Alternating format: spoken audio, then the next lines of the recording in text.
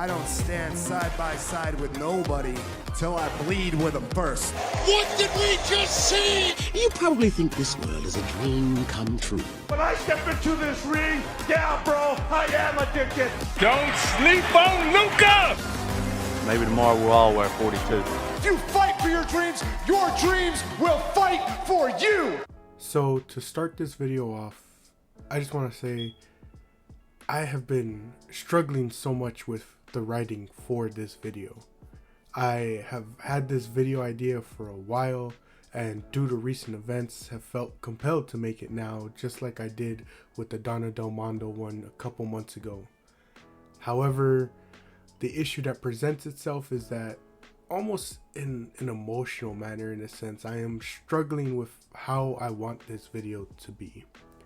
On the one hand, I want to do justice for who I consider the best women's wrestler on the planet and my absolute favorite these past couple of years by giving you a detailed informational guide like I've done in the past with many other wrestlers, many other wrestling stories, giving you a sort of detailed recount of 3 to 4-ish matches that I think are really good starting points or highlights from their careers. However, on the other hand, I struggle to even write this out. A part of me just wants to make this video talking about everything, but I think the best way to go about it is to really just save that stuff for the end, so that way you, the listeners, don't have to feel forced to listen to my thoughts on the whole Stardom situation as a whole. So to get properly into things, the wrestler that I am talking about is of course none other than Utami Hayashishita, the Red Queen of Stardom and leader of the Queen's Quest faction, or at least she was. By the time this video comes out, Utami Hayashishita will be making her final appearance with Stardom and saying goodbye to her fellow faction members. She embarks on a new journey with a lot unknown. But for now, if you have never heard of Utami Hayashishita, allow me to guide you through the Red Queen's domain.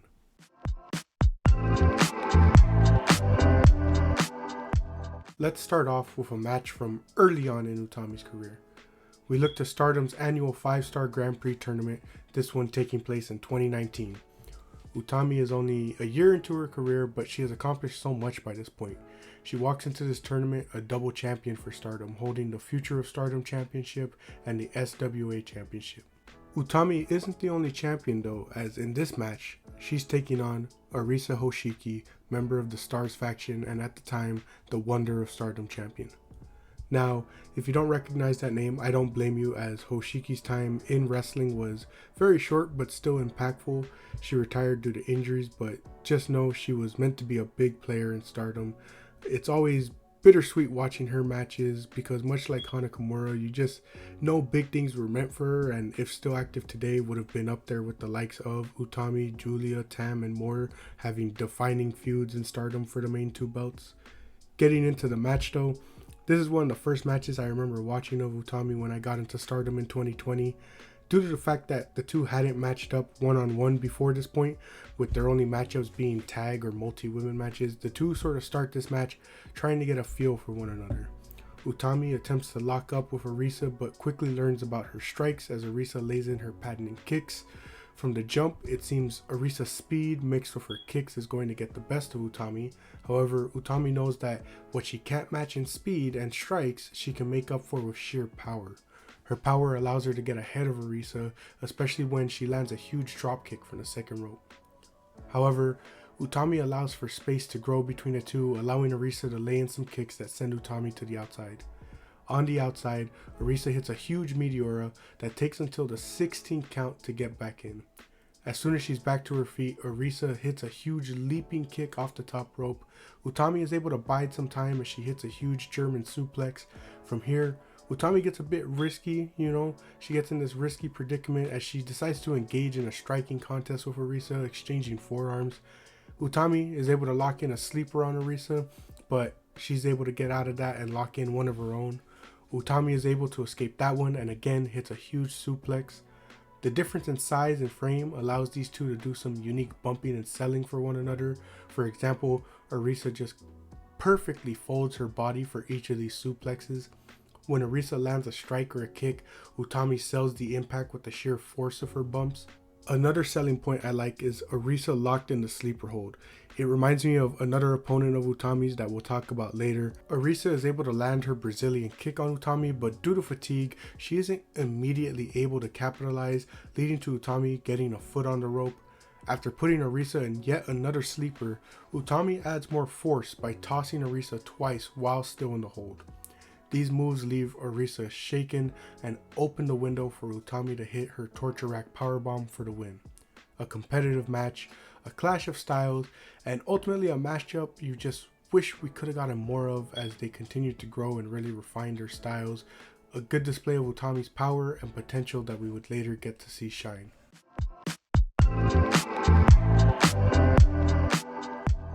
Our next match is one that displays the storytelling aspect of Utami Hayashishita's game. Utami isn't necessarily the main figure of this match, but she plays a pivotal role in the story that we see unfold. So, some background to our story. Mayu Amazaki was a rookie for Stardom that made her debut in 2022. Mayu was a complete rookie with no prior experience in any company before her debut. And yet, for her debut match, she calls out Utami. Her first match, and she's calling out the former World of Stardom champion. Utami respects the challenge, and the two have their match in the main event of Stardom's first New Blood event. This was a simple match allowing Mayu to showcase herself as a new wrestler, with the simple story of her having to compete against a veteran and star of Utami's caliber in just her first match. After the match, Utami respects Mayu's ambition and drive and offers her a spot in Queen's Quest. Flash forward a couple months and we arrive at Stardom Flashing Champions 2022. Mayu has had a couple of matches under her belt, but her next big challenge arrives. In the spring of 2022, Kairi makes her return to Stardom.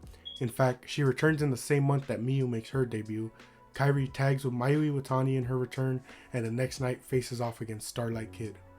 Kairi then doesn't wrestle for 2 months, where upon her return, she wants to tag with Tam Nakano to face off against Utami Hayashishita and Mayu Amazaki.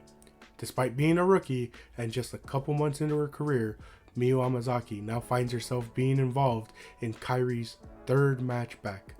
A pretty big deal, and in the feud, Kairi even acknowledges this and promises that Mayu will undergo the same beatings that she had to endure in her younger days as a wrestler. Utami's involvement in this story is pretty simple. A leader having to protect her inexperienced faction member. We see this play out in the beginning of the match as Utami wants to start, but Mayu keeps pleading to be the one to start. Utami abides, but Mayu clearly doesn't know what she's signed up for. We get some back and forth from Mayu and Tam before we take a break to focus on a dream matchup as Utami and Kairi match up for the first time. After some offense between those two, Utami tags Mayu in, and we get our first taste of Kairi's words towards Mayu. Mayu lands a dropkick that barely even staggers Kairi. Kairi instantly tells Mayu to go again and again before finally laying in her forearms. Tam takes out Utami and the two begin to focus on Mayu, laying in everything. Strikes, kicks, tag team offense, you name it. From here, Kairi and Tam cut that ring in half and ensure that Utami doesn't get involved. She may get in there for a second, but they make sure the tag isn't made. The two veterans beat poor Mayu to a pulp.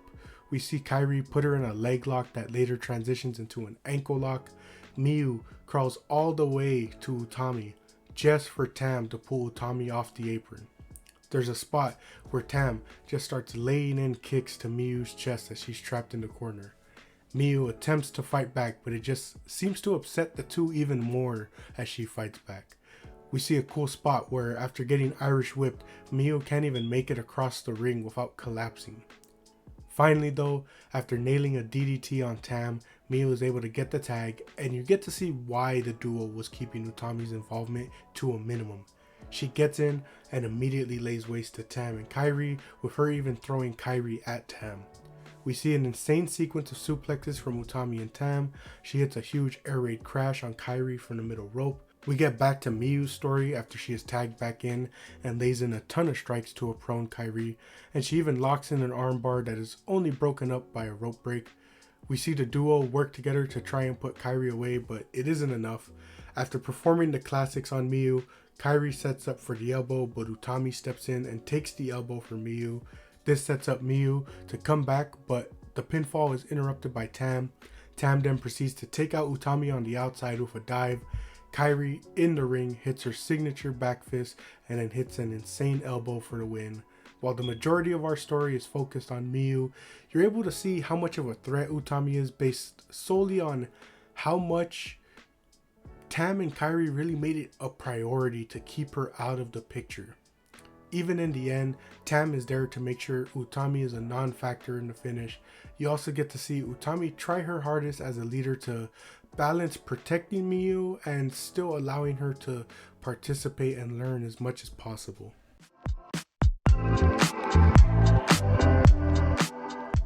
From one example of leadership to another, one that is probably Utami's best display as Queen's Quest leader. This is a match that I have talked about in length on this channel so much. It has its own video as well as being my #1 match from last year's end of year retrospective. So I won't go into too much detail here. You know, you got those two videos to look at, and really the only thing I want to say is that this is one of the most important matches to mention when talking about Utami Hayashishita. The entire build-up for this all-out faction war was about Utami's leadership. Was she fit to be leader? Was she crumbling under the expectations of a leader? Was she going to lose one of her members in this match, most notably her Aphrodite counterpart, Saya Kamatani? All these doubts, and yet throughout the match you just see how great of a leader she is. She is helping her members fight off Oedo Tai. She is helping her members escape the cage. She is fighting valiantly to keep this faction whole. And in the end, we see the beautiful story of Aphrodite play out, as rather than betray her leader, Saya Kamatani helps her leader escape the cage and keep Queen's Quest whole. If you know the full story, it is one of the most emotional and beautiful matches that wrestling has really ever told. It's an amazing match and a story to look back on that truly proved Utami's ace status in wrestling.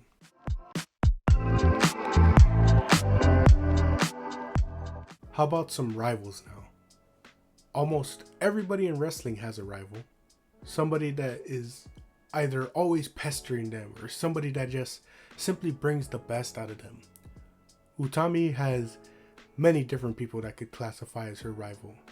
Maika, Tora, but there are two notable rivals to me.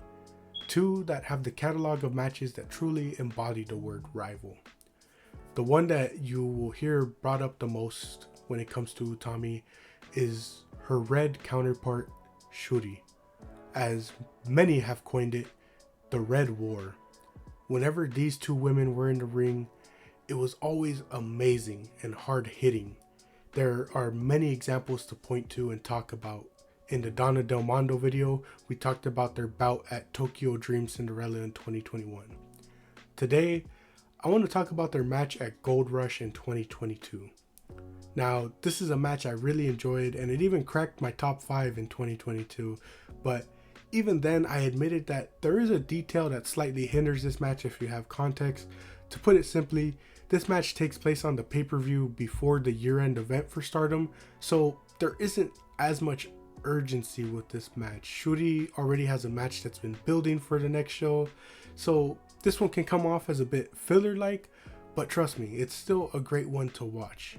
The two still treat it with urgency, and they want to give you that feel of, well, who knows, anything can happen. To add to this sentiment, we see Utami bring out her old gear, the same gear that she was wearing when she faced Syuri last year. This match is what you would expect from the two. There's a lot of back and forth between the two, Syuri laying in her signature kicks, Utami hitting some of the best and most beautifully sound suplexes. An underrated element to this match is the sort of respect that these two have for one another. They both go to the absolute limits to beat the hell out of one another, but it never really seems like it's done with, harmful intent, if that makes sense. Think of it sort of like the Walter Ilya matches from NXT UK, where it's like they always brought their hardest stuff in the name of competition. One of the standout spots is Utami hitting the air raid crash to Syuri on the ring apron and then immediately laying in kicks to Syuri.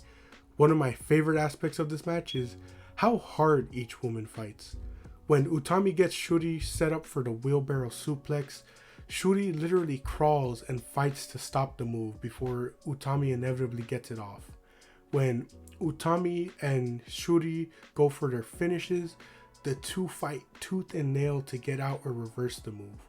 Syuri and Utami always manage to put on some of the best sprint type matches where the two are doing everything in their power to stay ahead of the other. The level of violence from the two, from their strikes to suplexes, are brutal. The suplex off the top rope into an arm lock by Syuri is especially brutal. Utami hits all her big moves and yet it still isn't enough to beat her rival. It leads Utami down this road of trying everything and anything.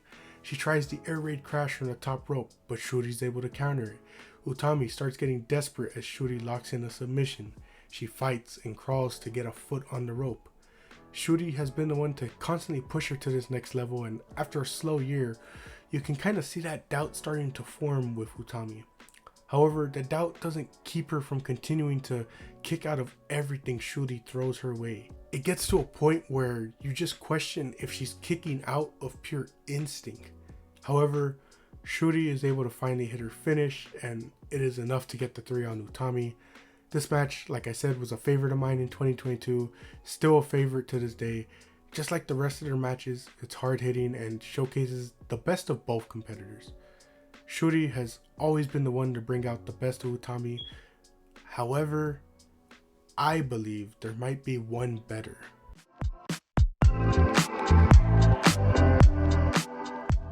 Throughout this video, I have talked about a lot of things that make Utami Hayashishita interesting, while also not talking about certain things. To me, she is the complete package. She has the presentation and, in my opinion, has had it down since her debut. The attire, the style, the entrance, the music, everything in the presentation department has been there. The intricate robes, the signature mask at the start of her Queen's Quest career, carrying the flag as its leader, the red hair, and then transitioning into different hairstyles. In the ring, she is fluid and strong. She can dictate the pace and ramp things up when she wants. Storytelling, she can get you to believe in the story, believe in the brutality of a match. Put simply, she can get an audience invested and hold a crowd in the palm of her hands. To me, she is an absolute ace, and these features were never better on display than when she would face off against Stardom's ace, Mayu Iwatani. While I understand why more will view Syuri as that sort of rival for Utami, some people might even give Micah a shout like I said, I have always much preferred the subtle story of Mayu Iwatani. Even if a majority of it is my own sort of canon, I've always enjoyed the encounters between these two because it is the definitive ace versus the one who's trying to take that mantle. The two will lock up in plenty of tag and faction matches, but Stardom always made it a special thing for when these two locked up one-on-one. Again, it's more of my own view than what we really see, but it makes sense given the fact that the two are the faces and thus wouldn't really have a typical feud like Azumi and Starlight Kid, for example. It's a feud that we don't really get to see a ton of again because they're faces and they're both the top faces. But whenever they match off, it seems to always be about that ace status. And these two always showcase why they are the aces when they match up. I loved their match last year for the IWGP Women's Championship. The two just always bring the best out of each other. But the match I always look towards is the one that made me a fan forever. As I have pretty much discussed a lot in the past, Hana Kimura and the Tokyo Cyber Squad is what introduced me and got me into Stardom. However, after her passing and Cyber Squad's eventual disbandment, I was left to try and find something to stick with in Stardom. And as you know today, I became a big fan of Queen's Quest, and a part of that was mainly due to their presentation alone, and soon after I fell in love with the wrestling of their different members such as Azumi, Momo Watanabe, Saya Kamatani, and Utami Hayashishita. This was all capped off with Utami's 5-star Grand Prix victory, and thus set her up for a match with Mayu Iwatani for Stardom's World of Stardom Championship. Utami makes her entrance, Queen's Quest flag in hand, with her signature red mask that seriously should have made a comeback. Not to get off topic, but why did Queen's Quest ever do away with the custom entrance masks for their members? Back to the point, the main thing to realize with this match is that Utami is about 2 years into her career. Despite accomplishing so much, she is still very much like in that rookie phase in a sense. And here she is going against Stardom's ace, who is in the middle of a legendary reign with the red belt. The start of this match is a bit slow, with the two trying to get an understanding of the other, as well as a sort of test of strength from each, but it quickly ramps up. Mayu lays in a chop on Utami, and then later reverses a move into an arm lock that Utami barely gets out of by getting a foot on the rope. Mayu continues to work Utami's arm as an attempt to try and take her power away. Utami once again is able to break a submission by crawling and getting a foot on the rope. Mayu is visibly frustrated and continues to work the arm. However, Mayu makes the mistake of allowing space to be created between the two, which allows Utami to hit a dropkick. Utami hits another dropkick to a seated Mayu, and now she's in control. Utami hits a powerful slam that Mayu sells wonderfully. Her reaction is then what causes Utami to start working the back after her pinfall. Utami gets Mayu in a submission and really begins working the back, and then later using her legs to put pressure on Mayu's throat. Remember these little moments. Utami continues to focus on the throat, neck, and back of Mayu, emphasized by a huge dropkick off the second rope to the back and neck of Mayu. Mayu is finally able to create some breathing room after reversing Utami's charge and hits a huge kick to Utami hung up on the ropes. This sets up our first big spot of the match that sees Mayu hit Utami with a tombstone on the ring apron. Right after, Mayu hits a huge dive to wipe out Utami on the outside. Getting her back in the ring, Mayu hits a huge dropkick off the top, but the effects of Utami's targeting shows as she's slow getting up and time wasted enough that Utami is able to kick out.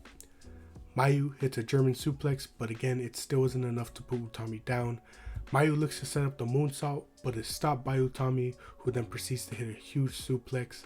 This time it's Mayu's turn as Utami hits an air raid crash on the ring apron. She doesn't stop there, getting Mayu in a chokehold while she's hung up in the ropes before pulling her back inside while keeping that hold locked in. Mayu desperately tries to fight, but Utami swings her around and keeps the hold locked in. Mayu desperately has to crawl to get a foot on the rope, and put some extra emphasis on the word desperately here. In this match, Mayu is the true definition of that word. Utami tries for a suplex and she is crawling for the ropes. She clings to the ropes, but Utami's power is too much and she hits that suplex. She goes for the torture rack powerbomb and she's desperately wiggling out to drive Utami to the ground. After an exchange, Mayu collapses to the floor and Utami pushes the ref aside to continue fighting. She hits an air raid crash that Mayu just barely kicks out on.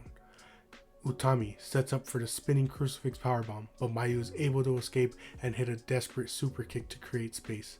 From there, she hits her poison Rana that Utami somehow manages to kick out of. Mayu tries to keep the momentum up, but she can't even stay on her feet most of the time. When she manages to, she hits Utami with a big kick and barely stays on her feet. She's able to hit the dragon suplex, and despite having Utami completely folded up, it still isn't enough.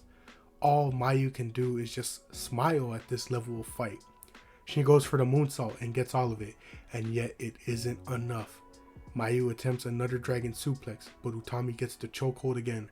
This time, when Mayu is close to the ropes, Utami drags her back, hits her with a judo throw, and still keeps that hold locked in, this time transitioning it into a guillotine.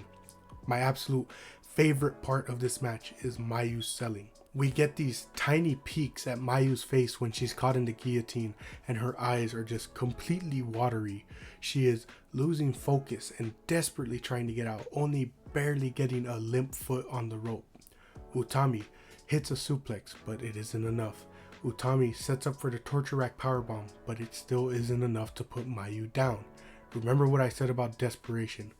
Mayu gets a roll up on Utami, and it truly looks like this last ditch effort. Her just trying anything to hold on to this title, to hold on to this legendary reign. However, all of Utami's work in this match finally comes to fruition. Blinded by the pain and adrenaline, Mayu just blindly charges at Utami and gets hit with a clothesline. Mayu basically lands on her head here and Utami capitalizes. She hits the torture rack powerbomb, but this is the ace we're talking about. She knows this isn't enough. Immediately after, she hits the spinning crucifix powerbomb, and Mayu is just completely lifeless, unable to do anything as the ref's hand comes down for 3. This match is everything to me. The two brought the absolute best out of each other. Mayu's selling and facial expressions in this match are off the charts. Both women really sell how important this match is. It is probably still my favorite Utami match, and one that truly showed me that despite being so young, she was poised to be at the very mountaintop of this industry.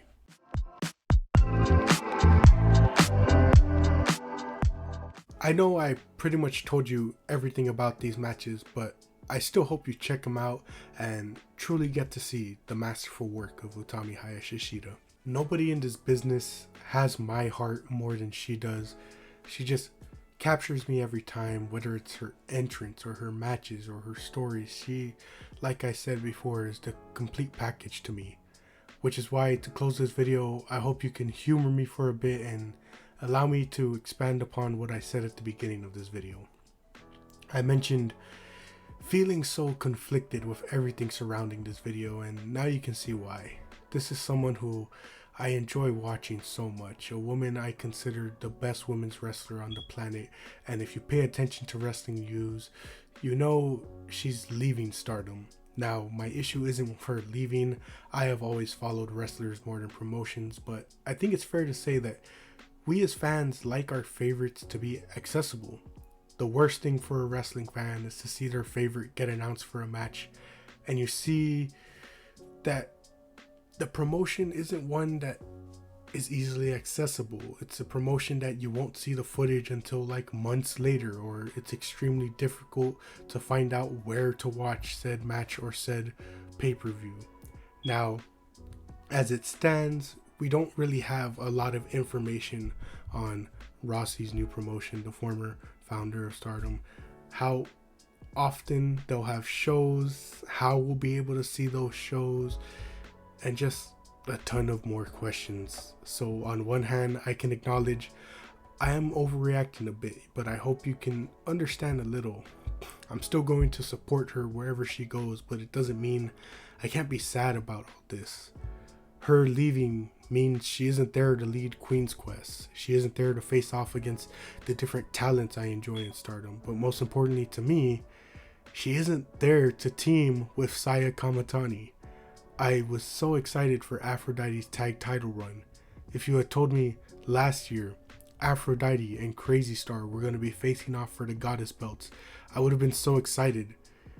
And yet I went to watch that match and I just couldn't feel anything for it, and I felt bad because it's still a good match. It's still, you know, 4 competitors that I'm super invested and interested in and would love to see, but I just sat there and, like I said, I couldn't feel a thing. I couldn't feel invested in the ways that she usually gets me invested in. It's because of this news. Again, I can acknowledge I'm overreacting a bit because, you know, she's not leaving wrestling. She's not retiring. She could always come back, you know, like that's something Micah from Stardom had said. It was like, hey, to all the people leaving, just know you're always welcome back and all that. the other option too is, hey, who knows? Maybe some of the talents would leave. Like, let's say, I know she's signed on, but who's to say in the future that her and Saya can't reunite elsewhere or back in Stardom, Truthfully, there is a lot of unknown, and I guess that's why I feel the way I do.